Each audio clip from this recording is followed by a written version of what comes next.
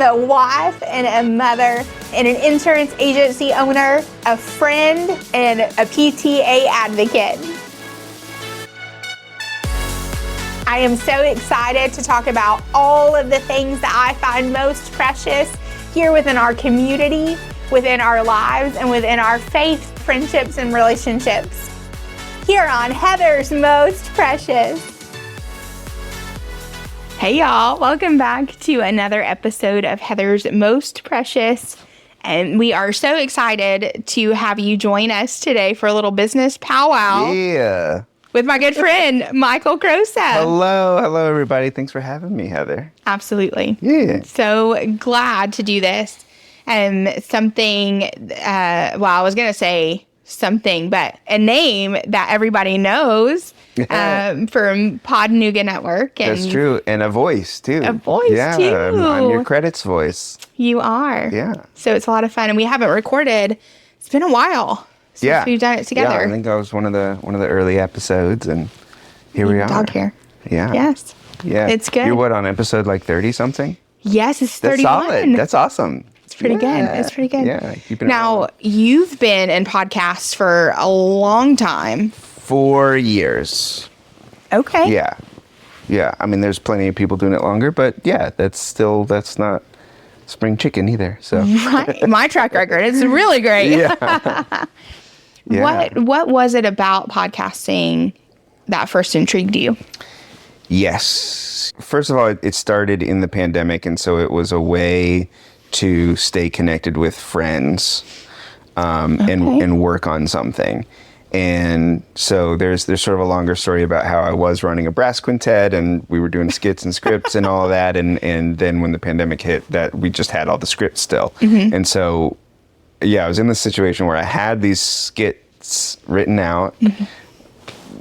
Staring at my computer all day. I come from a musical background, so I'm familiar with like audio editing and recording and, and kind of like the ideas of composition in general, not necessarily like A flat or whatever, mm-hmm. but, and so kind of put out the call and ended up creating this project called Jollyville Radio that was a lot of fictional skits, centered around this town of Jollyville. There were also real life interviews that we did with community builders, and kind of my orientation on how to make that was that like, this is for the purpose of creating community and connection in a very difficult time.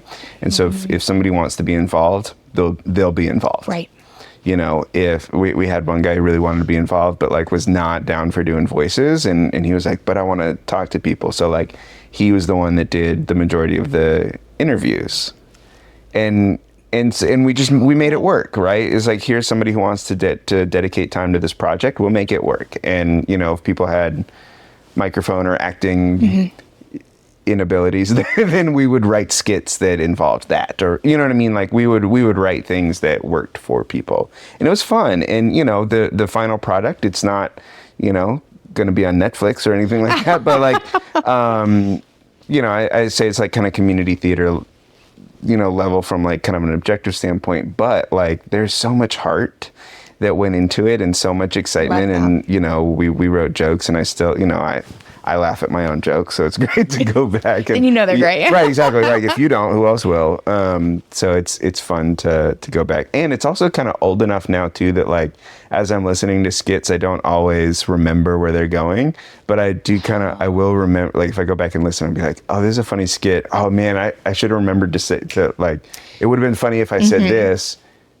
And then I say that, right? It's like, that's awesome. Past me thought the same thing and I forgot or whatever. Anyway, so all of that to say, so to me, starting in podcasting was all about connection, community, mm-hmm. all of that kind of stuff. And then once, the isolation stuff kind of lifted, and that wasn't really a realistic way of making a thing anymore, then, I changed up what I was doing. I did my part of Town Chattanooga, which you were a huge part of making that be a success, and as a sponsor and all of that, and then moving on to what I'm doing now, which is helping other people make their podcasts, sort of a long thing. And mm-hmm. and fairly recently, what I've committed to as my kind of real niche of what I want to work with the most is membership-based organizations, like professional associations and things like that. And really that kind of goes back to that original thought of like community and connection. And, this isn't necessarily about being the,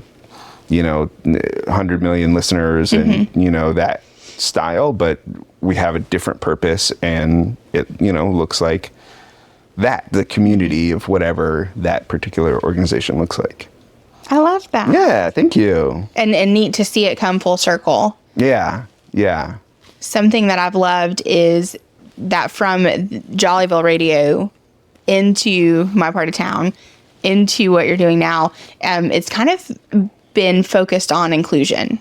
It seems like everything points back to that, right? We've got a spot for you, we'll do it. Or, hey, let's make sure that there's an accessibility episode, or let's do this. Has that always been your heart, or is that just a byproduct of kind of who you are?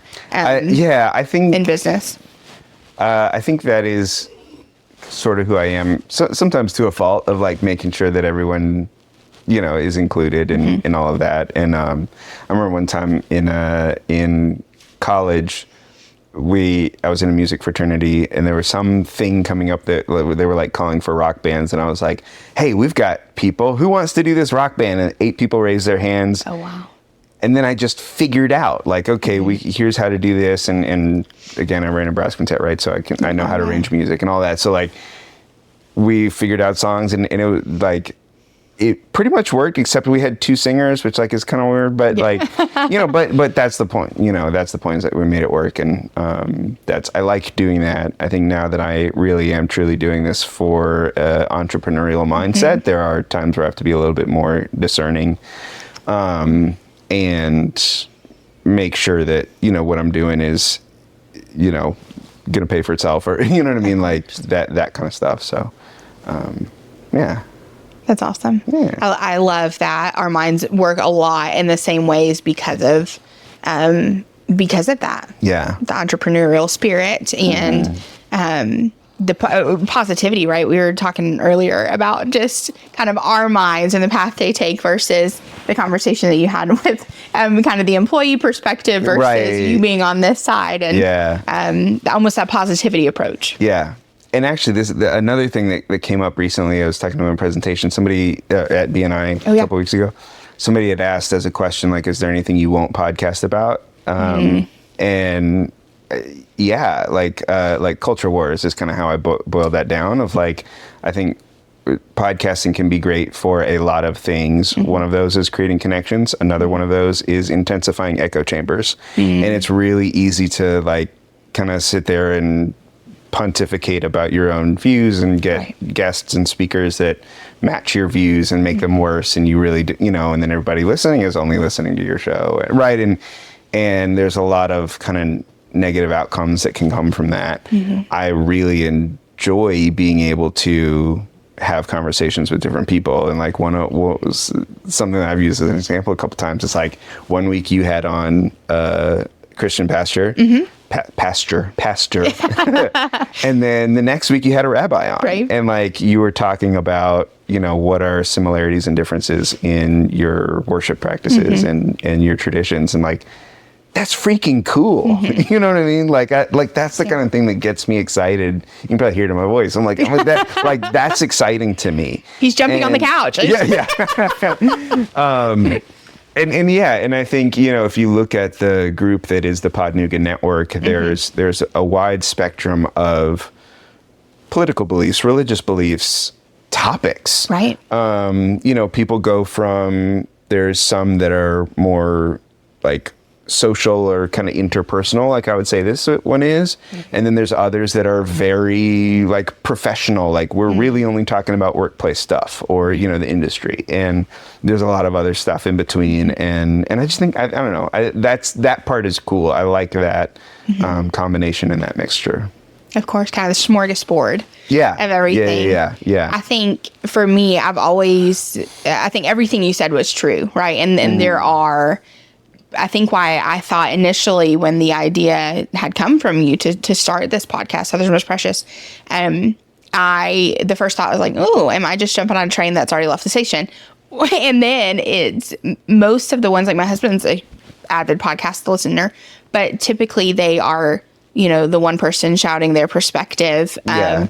And that's how a lot of them are, or they have, you're right, guests to fuel kind of their side. Now, and I'm not saying you can't learn from that. You can. Sure, absolutely. sure. There are some phenomenal podcasters. Whatever. Absolutely. Yeah. But I also think it's so important to surround yourself with people that don't just look like carbon copies of you, because how are you going to grow if there's not someone that is there to challenge you? Right. Someone who, is deeper in their faith than you are and can be the mentor. Someone who knows more about teaching than you do. Someone who knows, right? I think there's such beauty in that. And what we have as the Pod New Good Network is just that.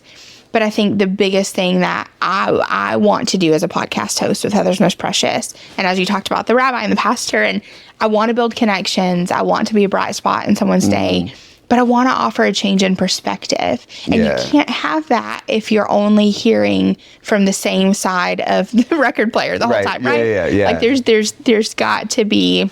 There's got to be something that triggers just even a thought. Either you're going to stand firmer on your foundation that you've always believed in, or maybe you're going to put on a new pair of glasses and see things from a different angle for the first time. And how neat to kind of be probed in that way. Totally. Get to decide. Totally. And entrepreneurially, I mean, let's be honest, it's lucrative to sell fear. Mm-hmm. And it's easy to say like, oh, well, the other side's coming to get you. Listen to the next episode and I'll tell you how to fight them off. Right. Like, that's a great way to keep your listeners. But again, that's not something I want to put in the world. And that's not something you want to put in the world. And so, just like insisting on there being a better way to be in the world. And there is. Yeah, there is. We're doing it. We're living those values and growing too. I mean, it's not like we've finished, that's the kind of thing that you grow over your whole lifetime. Absolutely. Yeah. And I think that's, I remember I think it was a reel right after I spoke with Rabbi Lewis, and which we still talk to this day. He's just such an encouragement. That's good. He I'm really glad to hear is. that. But my favorite kind of outlook after speaking with him, and I could record with him every week. Just so knowledgeable, right? And encouraging and that positive mindset. Yeah, deep well kind of a guy. Absolutely. Yeah. But just the challenge of the initial thought that someone would hear rabbi and roll their eyes like, ooh, that must be boring. And it was everything but that, right? And not only did we get to hear from the family, and we got to touch base on Judaism and what he believes and how their church practices their belief. But the most beautiful thing is if we surround ourselves by people who only look like this, who believe in the same, sit on the same side of politics as you do, who believe in the same thing that you do, and who look the same way that you look, and who speak the same way, you're missing out on an opportunity to engage with someone who can really bring out something different even in you. Yeah. And again, that comes to that personal growth, professional growth. I mean, really, when you are choosing to grow, the possibilities are endless for you. Totally. And it's going to overflow into other things. And so, again, just that change in perspective is so, so helpful. Yeah. I love that. Do you think that where you are now, did you kind of see the path leading this direction? Like within podcasting? Mm-hmm. I think when I started Jollyville Radio and I knew that I was throwing a lot of time into it, I think I was aware that on one hand, it was in the present very much a coping mechanism. Mm-hmm. And then in the second hand, I was also kind of aware, I was like, I'm pretty sure I'm building skills that I'm going to be able to use later. I don't know what that is. Okay. And I was right. Like here I am doing this thing, and it's learning. Man, it's a learning process. I think I've been at it like from this business standpoint, roughly a year and a half. And I'd say only within the last month have I felt like I got a exciting foothold in like making this work. Oh wow. And there's a lot of reasons for that. I mean, part of that is that like my career history is in higher ed doing student services, which for one is very much a W-2 job. And then secondly is like so removed from any financial piece, like the business piece of it. Like, I don't, they pay tuition and I don't know. I don't, like it doesn't, they come or they don't, Right. to my office, I mean, for those services. And so it's really distant to see and difficult to see how I was connected to the financial piece in the past. And so starting this, I've really had to learn from square one, and like being in BNI has been really helpful for that, simply because I get to hear people talk about things that I don't get to hear people talk about. And in basic stuff, like I didn't really understand. I mean, I'd always seen like, billboards with insurance agents on them. Like I didn't really know what that meant. Right. I'd always just called Progressive. Right. And so then like getting to meet you and like understand like, oh, like there's a whole other kind of piece to the insurance world that I didn't really understand. I'm in my 30s. I didn't know that right until I met you. And same thing for like credit card processors, merchant services. I didn't know that industry existed. Right. At all. Because you didn't have to. I didn't right? have to. And it's like, oh, I guess there does need to be somebody that helps with that. And just, stuff like that. And so it's like some of that stuff feels like very baby stuff. And, as I've been going, it's been a lot to learn, and it's been fun to learn, but it's been a lot to learn. And, there's stakes on the table, and There are. So I don't remember where I was going with that, but That's okay. oh, you're asking like, did I know where it was going to lead? I don't think I knew that it was going to lead to this exact spot necessarily, but I'm also kind of the person that's like okay with knowing that the journey is a complicated web of a path. You know what I mean? Yes. Not necessarily like a ladder. Definitely not straight. Yep. Right. Don't we wish it was though sometimes? Sometimes. I'm pretty sure I've been around this loop once or twice. Right. Yeah. This seems familiar. I think it's funny too, actually, because I like pricing is always hard, right? Of course. And so like there's been more than once where I like sit down. I was like, okay, I'm gonna figure it out this time, and like write down everything, and like, okay, here's my ideas. Like, wow, this feels like a stretch, or whatever. Like, but I guess I got to commit to it. And then I go back to my notes from like 6 months or a year ago. I came to the exact number. And so it's like, man, like you said, I have already been around this loop, and something. I guess that shows something about I either didn't have my notes organized well enough, or I didn't trust myself well enough. I think that's probably a little bit more of it. Yep. Yeah. And that's a learning thing. Like, oh, it's not about the pricing at all. It's about, so it's a lot to learn. And it's been fun to learn. It is. And I think that's what people don't tell you especially a small business owner. And I wish that more people were open about this. And it could just be that people aren't thinking about that. Yeah. They're finally in a place where they're successful, so they're not like, I want to help other people be successful faster. Yeah. But the overthinking, and the amount of time, and that's why, for me, I pointed to you on that. It is definitely the lack of trust in ourselves. I think I'm pretty fabulous. But when you haven't done, thanks, when you haven't done this realm of work before, right? When you haven't been here, it's hard to, and the weight, like for me, I've got 6 people on my team. It's their livelihoods. I'm feeding their family. Like, it's not just me and my family that I'm worried about. There's a lot that goes into every decision that's made. I'm thinking about my clients. I'm thinking about so many aspects of it that sometimes it becomes hard, because for every pro there's a con, right? Yeah. And if you pull the trigger on this thing, here's what could happen, and everything's a risk, because you can't guarantee that what you're doing is actually going to do what you want it to. Is this the right choice? Right. I don't know. Here's a metaphor that just popped into my head right now about the difference in so like working at the university, like the kind of W-2 job, like that feels like riding a bus, to where, yes, I understand I'm part of this thing that's moving forward, and like, I'm contributing to the larger piece, but it's, there's also a ton of other people, and it'll be fine if I, whatever. As opposed to this, where it's not just that I'm driving my own car. I'm walking and there's no road. You know, like you really gotta, like, every little piece is something that, you know, nobody else is going to do. There's no other department for that. Yeah, and I think, I think of how much of what, well, I mean, they always say, like, if you're a business owner, you're solving people's problems, right? But, like, thinking about, in podcasting too, a big piece of it is, like, there's so much about the editing, the distribution, and, like, all that kind of stuff that, like, even if you do it, even if it all works and you do it right, then it's kind of tedious and whatever. But then like weird problems pop up all the time. Right. Like an example is just earlier this week on another show, we published an episode and everything else was normal, just like usual. And I go to just listen to it, check it on Spotify. The audio is distorted, like embarrassingly. Like I pulled over my car and pulled out my computer and like pulled that episode down.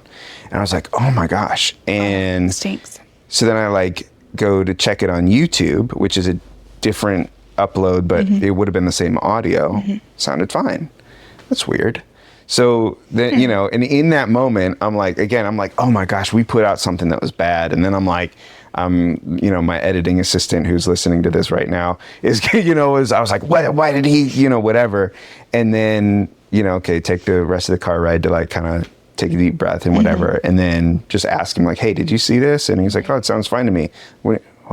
So then pull it up somewhere else. So like, oh, it sounds fine on Apple. It sounds fine on iHeart. It's the same audio file. So why doesn't it sound good on Spotify? So now we've got to go down this rabbit hole of like, why doesn't it sound right on Spotify? Nobody knows. Spotify doesn't know. So now we've got to find, you know what I mean? Like it's just this like deep dive of like, man, I thought we were rocking and rolling and then you just hit this problem and then that derails you for, you know, the day or whatever. It's like, that's the time that I had budgeted for something else. It's like, now I've got to spend, you know, it's just that whole thing of like, man, like you're hiking and there's no road. Like you just got to figure it out.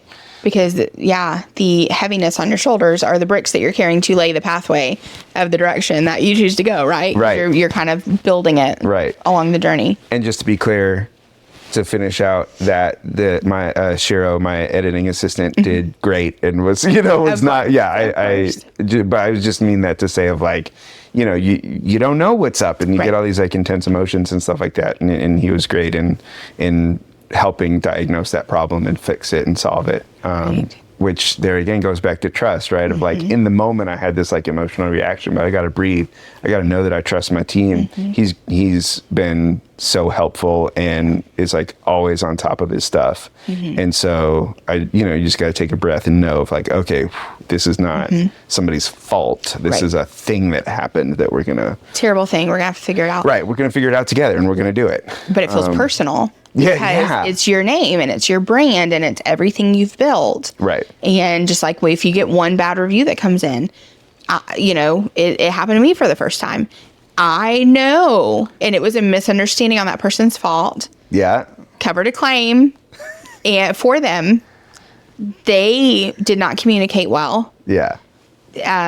And there were other things personally going on that we don't have any control over, right? But by the policy, we did what we were supposed to do. And months and months later, you're mad because of you didn't agree with the way that the claim went. So then you take it on me when we did our part. But what you're upset about is not anything we could have taken care of, right? Right. Because it's just you did not understand, and that's okay. You don't need to be the expert. But to get a 1 star out of it, you're like, man, it feels deeply personal. Yeah, it does. And those hurt. They do. And I've seen, you know, because also podcast has the 5-star review stuff. Somebody, I forget which show it was, but it was one of the small, I mean, we're all fairly small, but like, there were only 3 or 4 reviews. And one of them, somebody said like, the show's great. I love it, blah, blah, blah, blah, blah. And they clicked 1 star. Oh, on accident. Right. Oh, no. And it's like, now we either got to try to figure out who that person was. And I think we didn't know. But then it's like, then you got to go ask them like, hey, did you realize you did this? And then we got to either walk them through that or like, I'll put it on my list or what, you know, because they kind of forgot about it. They didn't, you know what I mean? Man. So it's like. It's more work. Yeah, and it's just another thing that's like, and you don't want to make them feel bad, right? Yeah, you don't want to make them feel bad, but like actually that's kind of a big deal, and you know, so I mean, everything. And then, right, going back to not trusting ourselves, when things like that happen, it makes it harder to do. But I think that's the one thing people don't talk to you, especially. There's a lot of things that people don't know, and would love to take this time to encourage our listeners, whether you are a small business owner, maybe you're going to do a side project one day, but just to have a change in perspective, maybe for your boss. No one tells you about staffing. It is the hardest thing to do. It is the hardest thing to know the culture that you want to create and cultivate. And you think you have people that you can trust, and then things happen and you realize you couldn't ever trust them. And you're right. And there's a lot that goes into that. And then when you finally get people in place, the beauty that can come. But again, it's still, there are things that come up that you have to resolve. And you don't want to make them feel less than by taking it from their plate. But at the same time, they can't do it because of where they are. And so there's just all of these, again, to, you're kind of the puppet master. You can see all the big pieces and what needs to move to get us to where we're going. But not everybody on the team can necessarily see those pieces. Right. Even if you're trying to be transparent, like I know you do with Shiro, and I try to do with my team, which I've got a fabulous team. But I think, too, us stepping back sometimes is really good for them because it allows them to see the level of trust that we put in them. Right? Yeah. I don't know if any of that went full circle and made sense. But all of that to say, I think it's, it's difficult to get where you can feel like you're finally where you want to be. Yeah. And the business is finally on track, and then something's going to happen and the wheel's going to fall off and you're going to have to find someone to fix the wheel. And then you're going to get back on. Yeah. Well, in that idea of like that leadership communication, there was something that came up at the at my day job yesterday, which is, I mean, it wasn't like a big thing or not, whatever, but like leadership, like big leadership at the university had been asking me for something for like kind of a long time and like pointing out this problem. And I was trying to say like, hey, I also have a problem with this thing. And here's, blah, blah, blah. But then like just then yesterday, somebody asked a question slightly differently and I answered it slightly differently. And like all of a sudden it was like, oh, here's this link that makes sense. Right. And it was like, oh, I didn't think to tell you that because I didn't know that was, you were looking for this and they're marked as that. And it was like, oh, we didn't even realize that we weren't talking the same language or that there was this piece missing. And that, from the leadership standpoint or from the employee standpoint, that's hard. It's hard. It just makes things hard. Yeah. So. And then finally one day it clicks and then you realize, right? Yeah. Light bulb moment. Yeah. So, Michael, I know oftentimes you and I we discuss business a lot, and we discuss kind of things that we wish we would have known or things that we're proud of now, everything in between as well. Something I really wish that I would have known that I feel like is relevant no matter what industry you're in is staffing. Staffing is really stinking hard. It really is. And I feel like especially with the pandemic, things that have happened have made it even harder over the last few years for small businesses to thrive. And I had a heck of a time with trying to find not just people. I feel like there's people that will kind of maybe fib on resumes, or that you get in and you think on paper they're going to look good and it's just not a good fit. Or maybe they're not confident in the role that you need them to be. Maybe they can't be what you're actually needing in the role. So there's so many of those things. I can now, after it took me about 2 years, but can now say I finally have a really great team. That's awesome. And people that have the skill set and are willing. And I think this is a big thing. So often you kind of get the mediocre that just want to stay the same, instead of wanting to be challenged and wanting to grow, because there is always going to be that accountability, right? And I finally I feel like people who want to see the personal and professional growth, which, those lines will overlap, right? If we're growing in one way, it's going to overflow into another. And I'm so grateful for that. But what I've realized, there as a business owner, there's a lot of responsibility. that we hold. A lot of stress on our neck, specifically. Yeah. But what I've realized is, in order to prove, I know you had talked about kind of trust earlier with your assistant, to prove the trust, and we have to delegate. There has to be that. And I think sometimes as a business owner, it feels like all things that it's our responsibility. So it's not always easy. It's not that I don't want to delegate, but sometimes it becomes harder because you feel like it's your job, right? Right. And then it's the whole thing of like, well, they're not going to do it exactly the way I want to. And that may not be a bad thing. No. Right. But it's hard to know that. Of course. And hard to trust that. And, but I think when you do get that connection and that relationship with somebody where you can trust them to take on something, and both, obviously it works great, and then it feels amazing when they come back with something that's even better than what you had pictured. That was cute. Pictured. In the Michael dictionary. Yeah. And Chiro's done that several times, and there have been a couple other times that I've kind of just like clicked into awareness of that relationship a few times. And one of those times was he sent me a picture of, I'd sent him kind of early on, I'd sent him some stickers or whatever.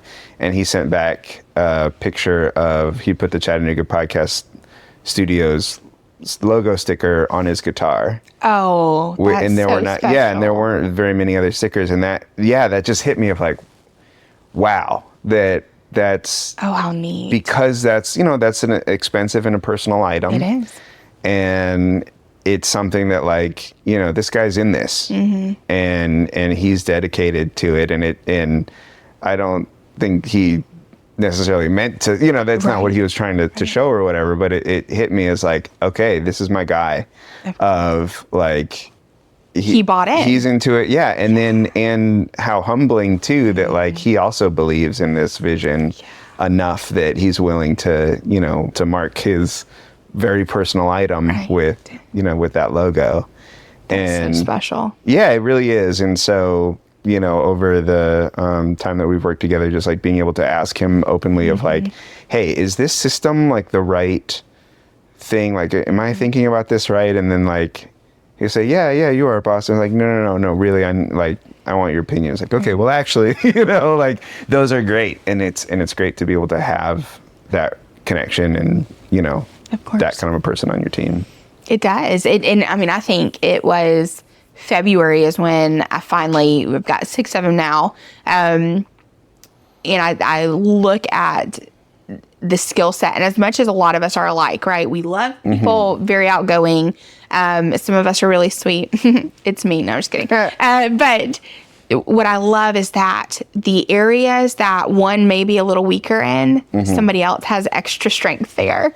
And the way that we're able to become everything the agency needs, because each one of us can help, right? Shoulder the weight of where someone needs help. Right. It's a beautiful, and now I'm picturing that, and it's just a beautiful picture. But fiction, right? Is that what you were saying earlier? Yeah, fiction. But that is the beauty of when you get the right team, and you're right there. You've got to be able to. They have to buy in, and you have to be able to know that everything you're investing, the knowledge that you're sharing, from the time you've grown and experienced, right? The knowledge share, the emotional share, right? You're with these people even more than your own family a lot of the time. Yeah. That's quite the investment, but also knowing that the investment's not being thrown away, that they actually care and they're buying in and that they get it. I remember when I was sharing the kind of our next goals, what we anticipate, because I have always been someone that I need to see the big picture to see where I fit in, where my little puzzle piece, and then I'm fine. Yeah, and I would agree with that. I approach my team that same way. Hey, guys, I want you to see where we're going. Here's a big picture so that you can figure out where your piece fits. And they all respond really well to that. And all of them teared up when I told them where the vision was going. And that, for me, it is not a sticker on a guitar, but that was your moment. That was the moment that I knew, like, okay, this is it. And it makes it easier to be able to show them that I trust them by stepping out of the office to let them run these meetings, or by delegating certain tasks that they know are special because I would have never delegated before. Right. But you're right. You can't see the way that someone else may do it in a better way. Or maybe this is more efficient now. I have now more hours that I can be productive on something else that I wouldn't have had. But I do want to say, if you are in a position, no matter what industry you're in, where staffing has been hard, just wait. Do not give up. It is coming. You will have someone who can see what you're doing and they want to be a part of that. It will be worth it. But also, if you can know that staffing is not the easiest thing in the world, then maybe that helps you not feel like you are doing something wrong. Yeah. When you're not able to find the fit, maybe it will help you push through in a different way. And also, if you see someone that's not a fit, maybe you're not holding on waiting. That was also my thing. I would wait for people to wait for them to show up when they've never showed up before. Right. Like, you know what I mean? Right. Like I would be step up to the plate, I mean. Of course. Like you're 75%, potential. I'm gonna hold out for that other 25% to get here. Yeah. When you've never given any indication that you're going to give it. And it's a beautiful quality to see the potential in people, but also, you got to be realistic with this business, which is, of course, that it's that hiking through the woods if you're connected to the wrong person. And leading with your heart, which you can't do. It took me a couple years to figure that out, but that's hard. But you have to, there's a difference between being direct and being mean. I used to think if emails didn't come with exclamation marks that I was like the Wicked Witch. And I've realized that no, there's a way to be direct and there's a way to hold people accountable without being mean. And to add on that, I think a lot of times it's nicer to be direct. Yes. You know what I mean? Right? Because if I explain the problem, but I've buried it in all this other stuff, well, then actually I've not really communicated the level of this problem, but I think I have. And so now this person reacts based on, this kind of filtered version of the problem. And now, you know what I mean? Like it's a disservice. Right. It's like, yeah. It's like if I need to tell you got spinach in your teeth, but I bury it and I was like, oh, you might want to look in the mirror. Yeah. What does that mean? That doesn't mean anything, right? Now I'm walking around with spinach in my teeth still. That happens at those other high stakes stuff in the business all the time. It does. So. And I will say, I want you to tell me that I look pretty before you criticize me. Always been like that. But it doesn't mean that other people need to be communicated with that. And so for me, I've done a lot of trying to figure out through personality tests, what Enneagram are you like, just so that we can communicate better. And it doesn't have to be like that. Maybe you just know your people really well, but it has helped us know. So someone's number 8, they need you to be mean to them. Suck it up. You're terrible. You're not doing well. If you're number 2, like me, oh, I love your dress. You look so pretty today. This is what I need your help with. Yeah. This was an idea I had. Yeah. And it just changes the way. It doesn't mean it's less than, but I have realized that anything in any relationship, right, comes down to miscommunication. Any problem. Yeah. Whether you're in a networking group, whether you're in a business relationship, whether it's your husband or wife. And if you know that, trying to take a step in the direction of being proactive and trying to prevent it makes a difference. Yeah. At least it should. What is something that you wish that you would have known when you first started this business? I think, well, for one, I think there's just been a lot of technical learning around just things like taxes. Mm-hmm. Like the county will just send you a thing and says, hey, this is what you owe for taxes. You're like, what? I thought I already paid this. Like, oh no, that you paid some other thing. You know what I mean? Like that stuff, technical stuff like that has I wish, and I don't know, other than going to business school or something, I don't know that there's really a way around that other than just learning the hard way. But I think the other thing about, and this goes back to that metaphor of riding the bus or, whatever, or just kind of walking around of if there's an obstacle in the bus, it's kind of somebody else's job. But if it's if you're hiking, like you have to take care of it. And I think like I had this issue early when I started where, well, and this part of this issue is just in general, there's not a lot of business plans that are doing exactly what I'm doing. And so there's a lot that's kind of having to be invented as I go. But there's people do a lot of similar things, but you know exactly what I'm doing. So I had hired this lawyer to drop some contracts and contract templates, and you know, she was the first one I called and the only one I really got a quote from or like anything like that. And seemed like she was on board. And then I just happened to like, hey, I really need those. Hey, did you have a minute? Blah, blah, blah, blah, blah. And it was like months later and I still didn't have everything that I asked for. And I think I'd asked my uncle who was mentoring me, especially in the earlier stages. I was like, can I like, not do I like have to continue using her? And he laughed. He was like, dude, it's your money. It's your money. You paid her to do this thing. And I was like, oh, I guess so. But you felt a sense of loyalty. For some reason. And I think another good example of where that kind of thing happens a lot is I think at the doctor's office of like people just assume that like you go to the doctor and you just have to do what they say, and you kind of forget like, oh, this is a person that I've hired. Right. Just like I can advocate for myself. Right.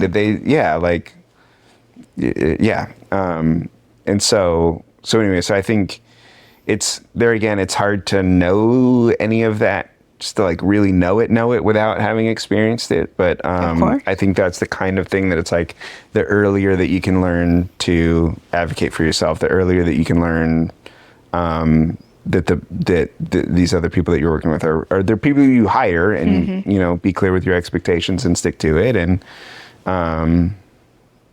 just you know, I think the earlier somebody can figure that out and start practicing that, the better. Yeah.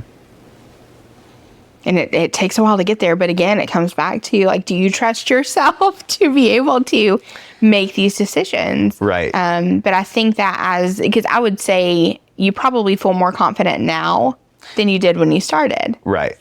So that is something that can grow over time as well. And I think part of that confidence too is frame of reference. And again, you can't really learn that until experiencing, I think.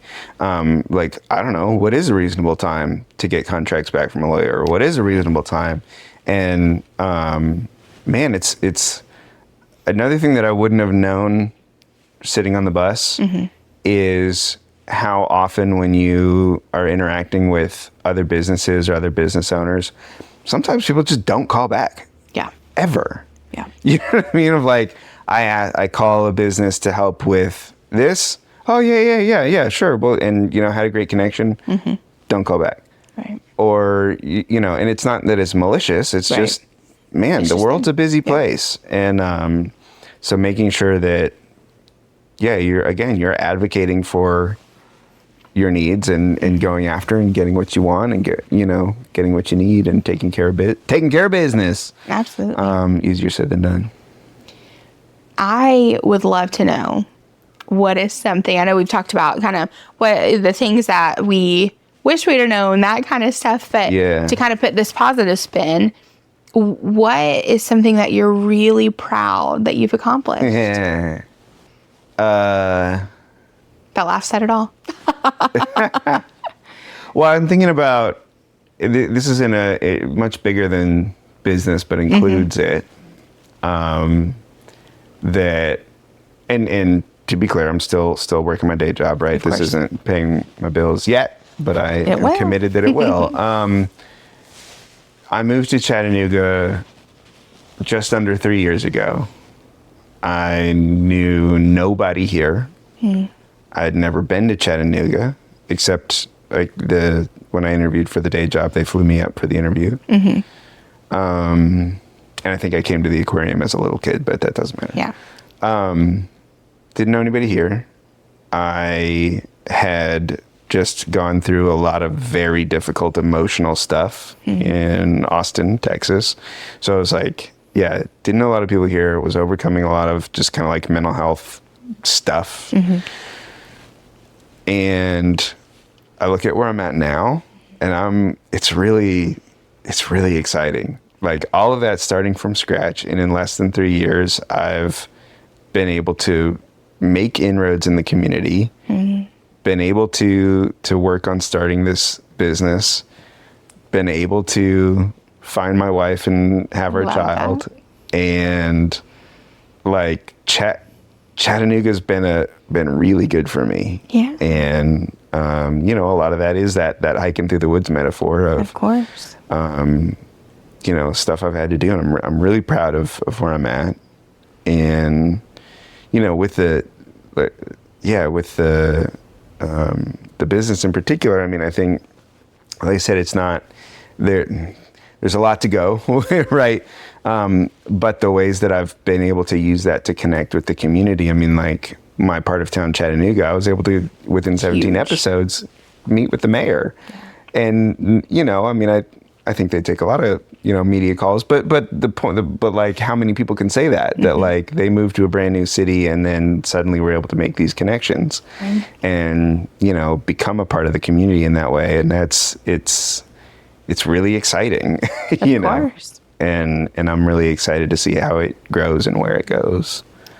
So I love that. I was waiting for you to say, and a fabulous friend. Well, Then that it didn't too. happen. So I think we're ending now. Well, yeah, no. Well, but I mean, that obviously that's a huge part of it of yeah, like this friendship has been amazing, you know, and being able to connect to the city socially. I mean, I think that's a real challenge for a lot of adults. Of course. Is finding friends, finding, you know, those communities to connect with. And Yeah, and Here we you're are. right, especially as an adult. You think childhood is bad and high Right. school is bad, and then you're like, ooh, just wait. here's my formula for finding friends. Yes. I might have told you this before, I don't know. But okay, there's three elements that sets you up for success. BNI does all of these. Oh, I think I actually talked about this on the other episode, but we'll talk Okay. again. For one is working on an activity together or something. Yes. Not just meeting up for coffee Okay. or just lunch every so Right. often. So like actually working on something. Consistency. So same, you know, weekly or every, you know, this. We're this working on a puzzle at Cracker Barrel. This activity, and not just that, but like we're part of the puzzle league or whatever. Very cool. That meets weekly. Okay. Right. And the opportunity to have private conversations. Okay. Which, if we're on the puzzle team, you know, if it's 6 persons and then you go home like that, you might not have that. But if we're at Crack, you want to grab lunch? Yeah, sure. Now we're having a private Yes. conversation. Okay. And BNI does that, right? Because we're all working on our business. We all have this goal. We all meet weekly, and then the one-to-ones are encouraged to meet. And podcasting does that. We're not just talking. We're creating this work of art, really. And, you know, it comes out weekly, and we get to have, at the same time, have this private but public but private conversation. Intimate, I guess, would be a better word of like, it's not that it's private, but that, you know, this is a genuine connection that we're having, and then we're sharing that with the world. I love So, that. yeah. And I know we're both part of the BNI, the Happy Hour chapter. And I'm sure that there are other networking groups as well that would provide something similar. I was doing Rotary Club for a while, Okay. and I think that was a good one. And I tell them that, hey, there's room in my heart, just not my calendar right now. He's like, I really enjoyed being part of the Rotary and still sweetest connect breakup with someone. ever. I know. Yeah. It may, you know, hopefully one day I do hope to come back, but you know, right now I'm juggling the day job and the new business and the baby and just, you know, everything's in the world. But It's important to know where your capacity is, though. Yeah. And what you can offer to yeah. Big deal. How big of a deal do you feel like as a business owner that networking is? Do you feel like it's vital to your business? Yeah, absolutely. I mean, I think word of mouth is important for so many reasons in podcasting, both just like the clients, but then also the listeners. I mean, there's nothing more powerful to getting new listeners than word of mouth. Yeah. And so that's important. And then the connections of connections, you know, that like in BNI, you know, you wouldn't think that like a podcast producer and an insurance agent have all that much in common. Right. But then we've been able to, send a lot of business to each other, Right. and that's cool.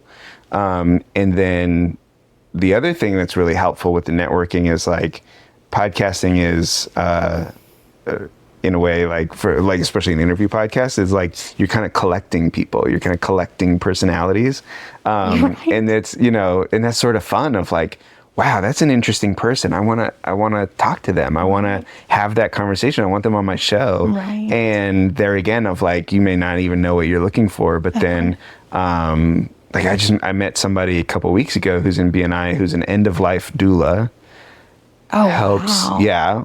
Should have her on See, the and show. I've only heard of birth doulas, Right. so that's and amazing. And so that term doula is really, it's about transition and Right. helping people through transitions. course. And so, That's so interesting. it really is of helping the person who's dying and their helping their family. family just navigate the process Right. in kind of a big way. Of course. And how cool is that? And how cool, don't you want to have that conversation? And don't you want to share that conversation Of with your course, friends? of And that's course. podcasting. And that goes back to that networking of like, Absolutely. I wouldn't have just spontaneously thought like, oh yeah, let's get this death worker to come, Right. but that would be an incredible interview, I think. And it's just cool. Because my mind's really like, how did you even know that this was a thing, and what got you started? And because Yeah, there's a lot of stories there.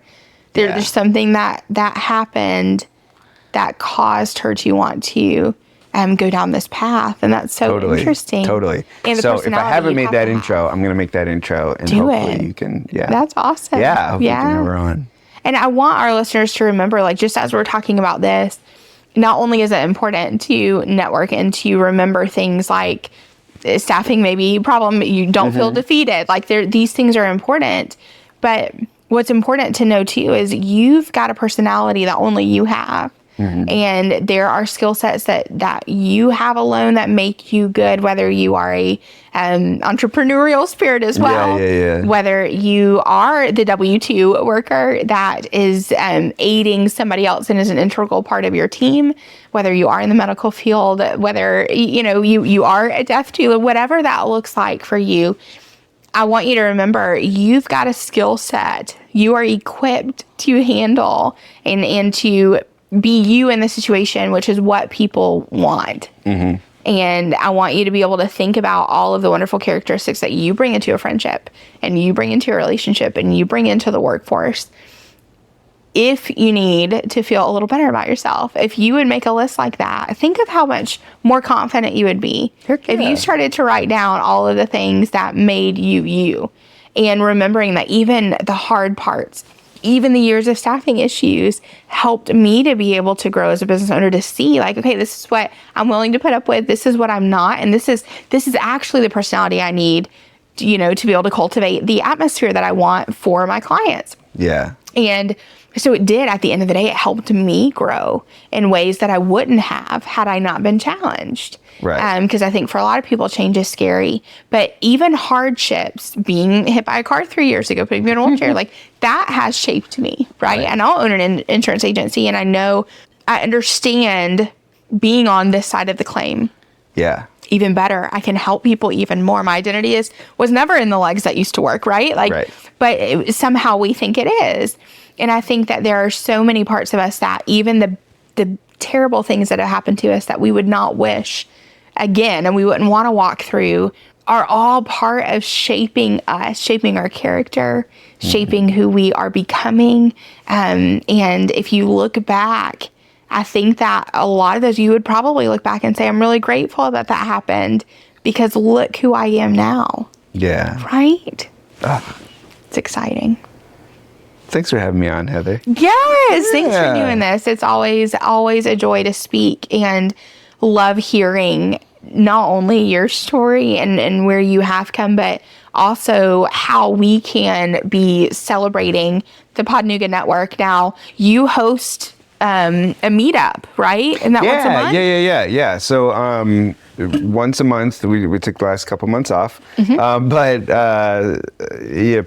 Pod Chat is a monthly meetup for podcasters here in Chattanooga or people interested in podcasting. Perfect. You're our guest speaker, and I like to, Yeah. this upcoming one, and I like to have people lead a conversation about a topic that people are interested in, and that goes back to building community. And what else? Yeah, I do a few classes. Like I've got an intro to podcasting class coming up with cool. the Chattery. It's not at the Chattery because the Chattery burned down. I know, that's so sad. Really sad. But that's coming up, a voice acting class coming up. Yes. Yeah. Let's say the voice acting. That's so cool. Yeah. And we use scripts from Jollyville Radio in that How neat class. to Yeah, see so it it's come full fun. circle. Yeah, exactly. So That's really it's all cool. good. If people are interested in connecting with you, or maybe hearing, we talked about smorgasbord of other podcasters. Smorgasbord. The best central place to go is either the website, always the website, chatpod.com, and that's chat with 2 T's. That has the upcoming events. There's a page with all the different Podnuga podcasts on it. Okay. And then also from a social media standpoint, I'm most active on Instagram. Okay. At Podnuga. And then I think it's the same handle across Facebook, Twitter X. Think we got a TikTok up there. And so, Very cool. Yeah. But yeah, those would be the great places to connect. That is awesome. And we'll make sure we put those in the show notes too. And, in traditional endings of Heather's Most Precious, I would love to know, what do you find most precious? Yeah. This is the same answer I gave last time. My, wife and son. It's fun. Like all three of us, when the third person comes home, whether it's me or Hannah, like we almost always have this moment of everybody just going like, yeah, jumping around, and like it's just fun. Party. It's a party, and that's it. It's a bestie party. That's what we say of like, man, this rocks. Getting to be together. And when I started out my BNI presentation, I had a picture of the three of us and was like, this is my dream come true. And it is. It really is. Right. That's not just some cheesy thing that I'm saying, but yeah, that's my most precious. I love that. And my dog Bear has now claimed a bestie status with Michael Bear's as well. coming home with me. Yeah. He's like, I want to be a part. Yeah. That is awesome. I think family is right the core. Yeah. And it's why you work so hard outside of the home. That's why we all do what we do, right? Yeah. Is to ensure that we're being the best for them. Yeah. Yeah. It's a big deal. Well, thank you again so much. Thank you. For what we're doing. Can I try the outro credits live? You can. Yeah. Absolutely. Okay. I think I can remember them. But before we do that, listeners, thank y'all so much. I hope that y'all have learned today. If you've got more questions, definitely reach out to us, Heather's Most Precious, on any of the platforms. And y'all, as always, I hope that you will choose to be kind, choose to be grateful, and choose to encourage. And we'll see you back next week for another episode of Heather's Most Precious. Bye, y'all. All right, guys, are you ready for this? Michael Crosa giving us the live version. Here we go. Thanks so much for listening to Heather's Most Precious. This podcast is brought to you with love by the Hendrickson Agency, an insurance agency properly protecting your most precious possessions. Find out more by following the Hendrickson Agency on, I almost said Heather's Most Precious, but find the Hendrickson Agency on Facebook and Instagram. We're also sponsored by Luff Sheets. Luff Sheets helps the community by giving a pair of sheets to children in need whenever you buy a pair of sheets for yourself. So go to luff.com, L-U-F-F, and use the offer code PRECIOUS at checkout for a nice little discount. This podcast is produced by Chattanooga Podcast Studios, and we can produce yours too. Just go to chatpod.com to find out more. That was amazing. Thanks so much for listening. We'll see you next time on Heather's Most Precious. Bye, y'all.